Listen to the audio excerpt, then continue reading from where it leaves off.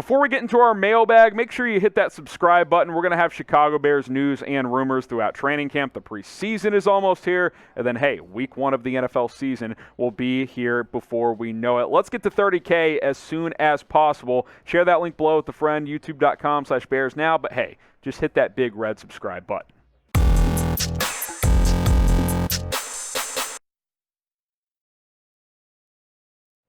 Our first question here from Alan Melendez, #Bears. Any updates on Tarik Cohen? I mean, the only update is that he's weeks away. So that's not great. Almost exactly 10 months removed from ACL surgery. So kind of in that range when you would expect him to be available soon, but it does not sound like at this point in time that is going to be the case.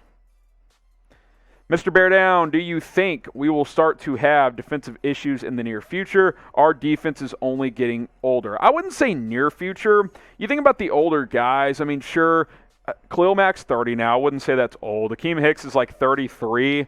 But think about the guys that you have under the age of 30. Tashawn Gibson's over 32, but he's not a long-term guy.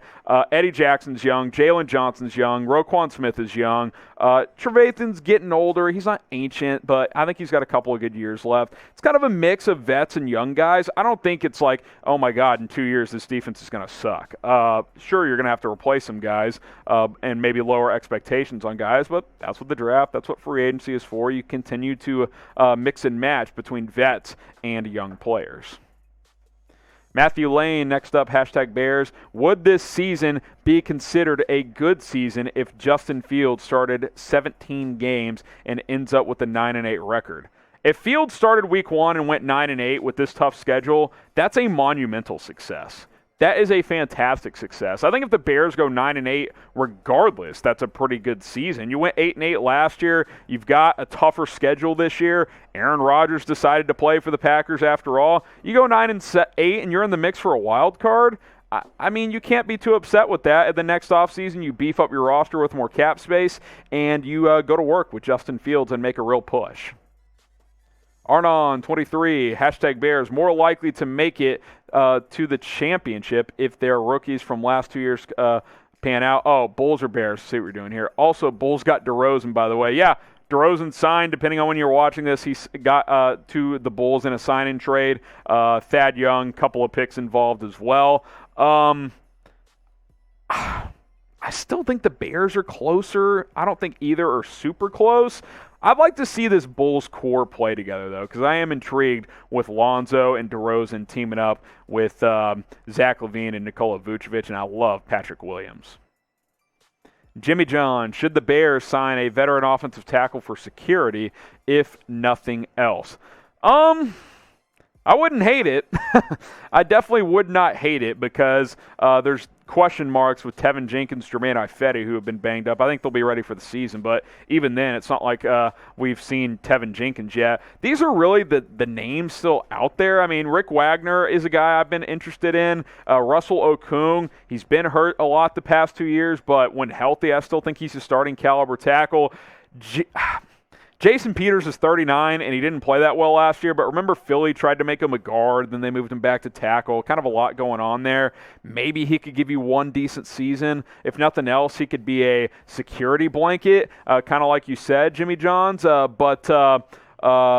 Let us know what you think. I think we have a question on this one about offensive tackles, but I think these are 3 names to keep in mind. Obviously, we'll see how things progress with Teven Jenkins dealing with that back issue. Should the Bears sign a veteran offensive tackle? Type Y for yes, type N for no. Let me know what you guys think down in the comments. We'll make this the pinned comment, so go ahead and scroll on down and answer this question.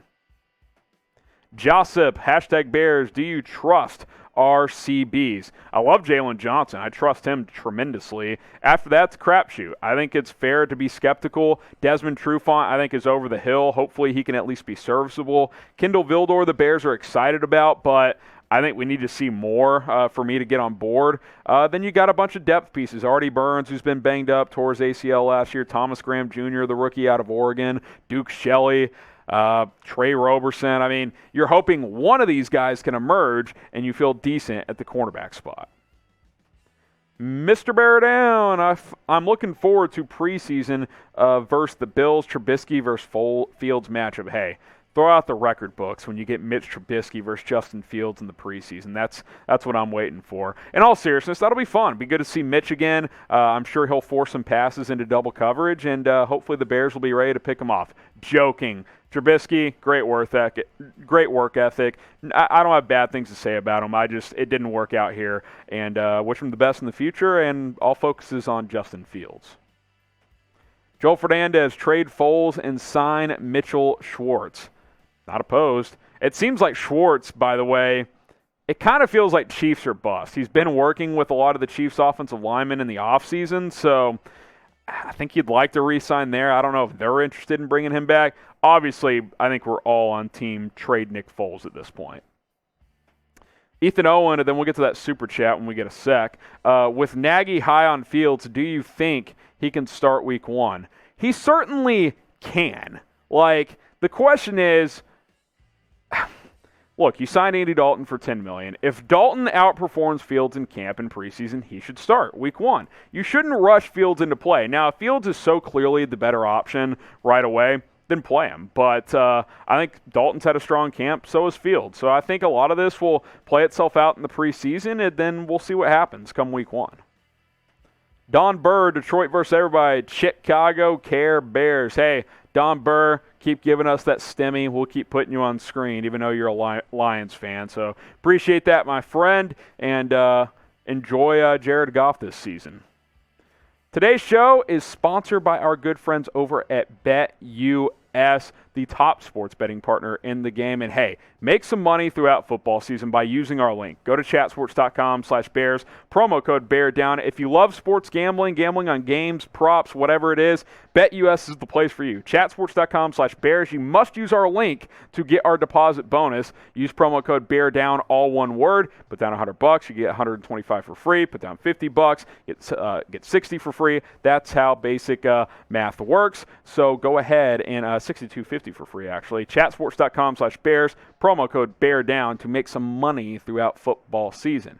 Justin is next up. No relation to Fields. Would you rather have the number 1 defense and worst offense, or number 1 offense and worst defense? Definitely number 1 offense and worst defense in today's NFL. Now, you don't want either of those things, but I think you have a better chance of winning games 41-38 than you do 10-7, in my opinion.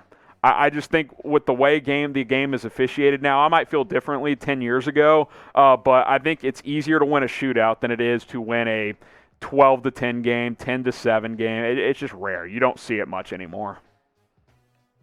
Tiger 2308, who will be our kick returner and punt returner? I like Khalil Herbert, the rookie out of Virginia Tech, as your kick returner. We'll see. If Daz Newsome is fully healthy, I'd like to see him return punts. I wouldn't put Tarik Cohen back there. We don't even know when he'll be back and healthy. I would just have him focus on his work on the offensive side of things. Drake Markham, Damian Williams, or David Montgomery, RB1. Guys, I love Damian Williams, but it's David Montgomery. David Montgomery is a top 10 NFL running back. He is your RB1. Damian Williams will have a role. I think right now he's clearly your RB2, especially as a rusher. And as long as Tarik Cohen is out, Damian Williams is going to get a lot of work. And even when Cohen's back, I think Williams will have a big role on this team. I'm curious, what year did you become a Chicago Bears fan? Let us know down in the comments what year it was. 1982, 2008. 1998, whatever it is. I'm curious to get a range of our audience here. What year did you become a fan of the Bears? A few more here. Jacob Tuyana, do you think we'll end up keeping Dalton even if Fields ends up being our clear guy after 2021? I mean, I think they'd be open to re-signing Dalton as the backup, although if Foles is still on the roster, maybe at that point you just keep Foles as your backup. Because Foles could be on the team this year. If they don't find a trade for him, they will not cut him because that costs the Bears money in cap room. I think Dalton would search for a starting job like he did this past offseason, but if he couldn't find one and the Bears paid him a healthy amount to be the backup, I definitely think that's a possibility. I wouldn't bet on it, but it could happen. Paul Cook, hindsight 2020, but was it wise to release Charles Leno Jr.? Look, the Bears were in a cap stipulation. The argument has been, should they have cut Jimmy Graham instead? Decent argument for that. Leno didn't play terrible last year. He certainly wasn't that good either. Look, it's a 50-50 call. I understand why they value Jimmy Graham. I think they value him a lot more than you guys or even I do. But you were going to have to cut some people, and Charles Leno ended up being one of those guys. Ethan Owen, last one on this mailbag. Do you think Robert Quinn will have a bounce-back season? Hope so. Been banged up a little bit during camp so far, but unlike last year's training camp, he has been out there some. He can't be worse, right? Like, if he's worse than last year or about the same, my God, that's one of the worst contracts of all time. 5 years, $70 million, and the guy had 2 sacks last year. Just brutal. I said it, and I've said it a couple times, give me 6 sacks. You give me 6 sacks, that's at least, solid work.